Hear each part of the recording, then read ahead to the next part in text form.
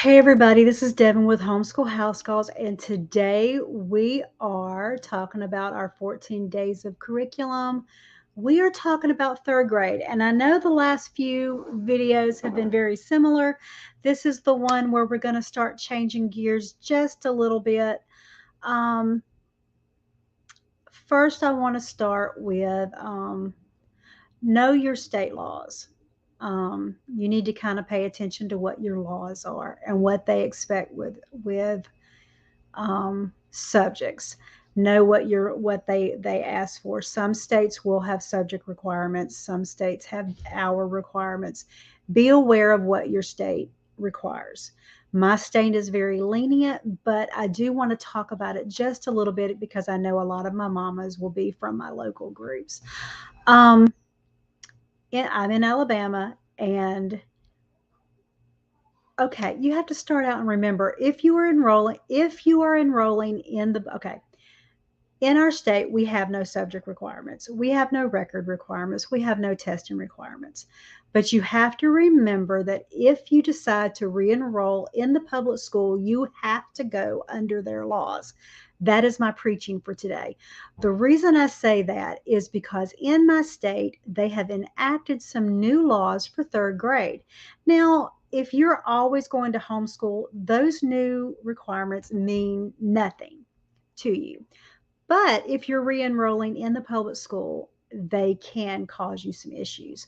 I have seen some of the people that I have um, advised this year. They have asked for lesson plans. They have asked for they put them back in at third grade. And this law, what they're doing, it's not what they're doing is at the end of third grade in public school, they have to test to pass to fourth grade. So if you're going to homeschool all the way through school, then this is not an issue for you.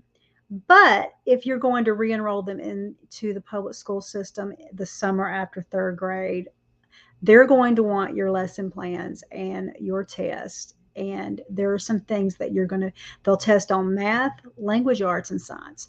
So that is my preaching. I'm sorry to start the video with that, but I want to make sure I catch and you're not unaware of this thing going on.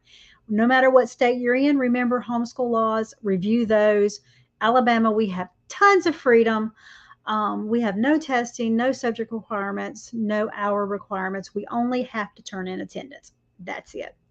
Okay, so I'm going to do the rest of this. I'm going to talk as if you are planning to homeschool from now on, and I'll add in anything extra if I think you need it. But other than that, just make sure you're aware to keep your records good for this grade.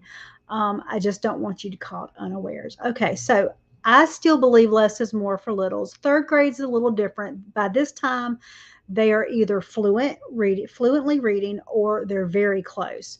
If they are not fluent yet, keep practicing, keep going under the thing that less is more. But if they are reading fluent, this is the point where I would start adding a science curriculum and a history curriculum. The reason I wait for mine to be fluent is because otherwise I am reading everything to them, and I have 5 kids. I do not want to read everything to every kid on every level. So what I usually do for when I have a because I have a group is we do math and language arts on level, and everything else would be grouped. Everybody would be together. So it's like no matter what age they were doing the same history and science. But I'm going to give you suggestions for both. Remember, if you want to look at what your state requires, it's called scope and sequence. You would just Google Alabama scope and sequence third grade, and it would pop up in your Google. If you want something a little easier to read, World Book Typical Course of Study has third grade. Google that. I prefer that. They take guidelines from all over the country and they put it together into one document where they kind of combined it. So it makes it just a little bit easier to navigate. But the word is scope and sequence. Um, Narrow your overwhelm when you're looking for curriculum. I always tell my mamas that. Ask yourself, do you want faith based or secular? And do you want online or offline? Um, Unless they're fluent, this is not I would not really start an online. A lot of the online curriculums will start around third grade. Teaching textbook starts with level 3. I wait for fluency because you want to make sure that there are no reading issues, there are no math issues before you start outsourcing. I'm a big, big fan of outsourcing. I'm not against it, but I do caution that you don't want not know if there's an issue. So anyway, so you're going to narrow the overwhelm. Ask yourself, do you want faith-based or secular? Do you want online or offline? I do not have I have never met a curriculum I don't like. I have liked most of it.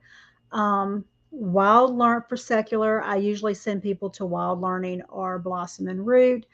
I have not used them. I do believe they go right now, they go up to around third or fourth grade. You can look. I would have to dig. I don't know a lot of secular curriculum. I wish I had a better handle on it. Um, if you need that, let me know. I can maybe find some people to interview, but I would personally, I would send you toward that. Those are offline. Online, you can find secular curriculum everywhere. My teens use Mia Prep. There's Mia Academy. It is accredited. Um, I highly recommend that one. That would be one online that I would send you to. Teaching textbooks, I don't think you could call it secular or faith based. I don't know what their philosophy is. It's just math and it's online. That is very good. My girls like that. That starts level 3. I don't know that I would highly recommend going online at this age. I still think it's a little young, but if you're looking for a secular curriculum, I just I'm sure there's more out there that I haven't learned of yet. Faith-based wise, I love the good and beautiful. That's what I'm planning to use for Lacey for second grade. As long as everything goes great, we will stay there until she hits middle school. Middle school is usually when I start outsourcing for math, usually around pre-algebra. I have gone up through algebra 1, and at that point I stopped in high school, and so I'm just the mom that I know my limits, and I'm not going to be the one that relearns math. I'm going to find a tutor. That's just me. There are a lot of things that I will relearn, but math is not a strong suit for me. So I know my lack, and I don't mind hiring a tutor. So my top picks for let's see, I'm trying to find the banner. My top picks is, if you're looking for secular, look at for offline, look at Wild Learning and Blossom and Root, because I have been impressed. It's Charlotte Mason, is very Charlotte Mason based. Also, if you want online, there's a Mia Academy, which would be my top pick for online secular. Also, Time for Learning has a good reviews. They've both been around for a very long time, and when something has lasted that long, it's a good thing. That means they work their bugs out. If you're looking for faith-based, The Good and Beautiful is what I use with Lacey for math and language arts. I have not used their history. Well, I have used their history. I didn't like it. Sorry. I liked everything else. I have not used their science either. If I were going to do science faith-based, I used Apologia for my older ones when they were little. I also used Exploration Education, which is physical science. That is secular. Um, let's see. Actually, for right now, Lacey, I have a bunch of science experiments on the shelf, and we'll probably do a science experiment backed by a magic school bus video, because I outsource stuff. I have also noticed an app. I can't remember the name of it. I'll try to put it up in the top if I can find the name. That they have lots of math classes, and it's just, I think it's around $10 a month. I'm not going to do that.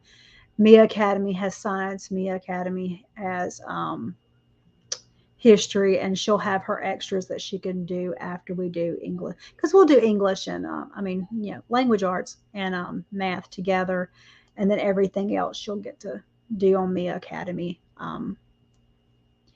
What else do I like? Magic School Bus covers a lot of holes. If you've not watched that series, there's lots of holes. we'll throw in science experiments. History, we're going to do at co-op, but for me, my view of history and science for this age is I want them to inspire a love of learning, and I'm not worrying so much over facts. The only thing that would change that is if I'm planning to put a child back in public school and they're going to need to pass a test in third grade. That's going to, in Alabama, it'll be math, language, arts, and science. So I would probably be a little bit more of a stickler if I had that in my plan, and that is what I want to underscore: is you need to know where you're going at that, and at this age. At one time, I'd say, don't worry about it," but you need to know where you're going, and you want them to be able to test in that placement test on level with what's going on, because that's just, it's important to your child. Hopefully, I will hope that you'll decide that you always want to homeschool, because I love it. We decided 19 years ago to homeschool and never look back, and it has not changed. We've graduated two, have two in high school, and then Lacey's my surprise, and she's in second grade. But anyway, that's my third grade picks. Hopefully I wasn't too random and all over the place. Tomorrow we will do fourth grade, and we'll just keep going up until we get to high school, which is really fun too. Lots of fun. But let me know what you need. Let me know if you have any suggestions. If you have a good curriculum, especially if it's secular, because I don't know a lot and I have not used a lot, drop a link below and let us know what you like for third grade, because mamas need to know. We like to talk to each other about it, and it's important. You're important. So, but we'll see you soon.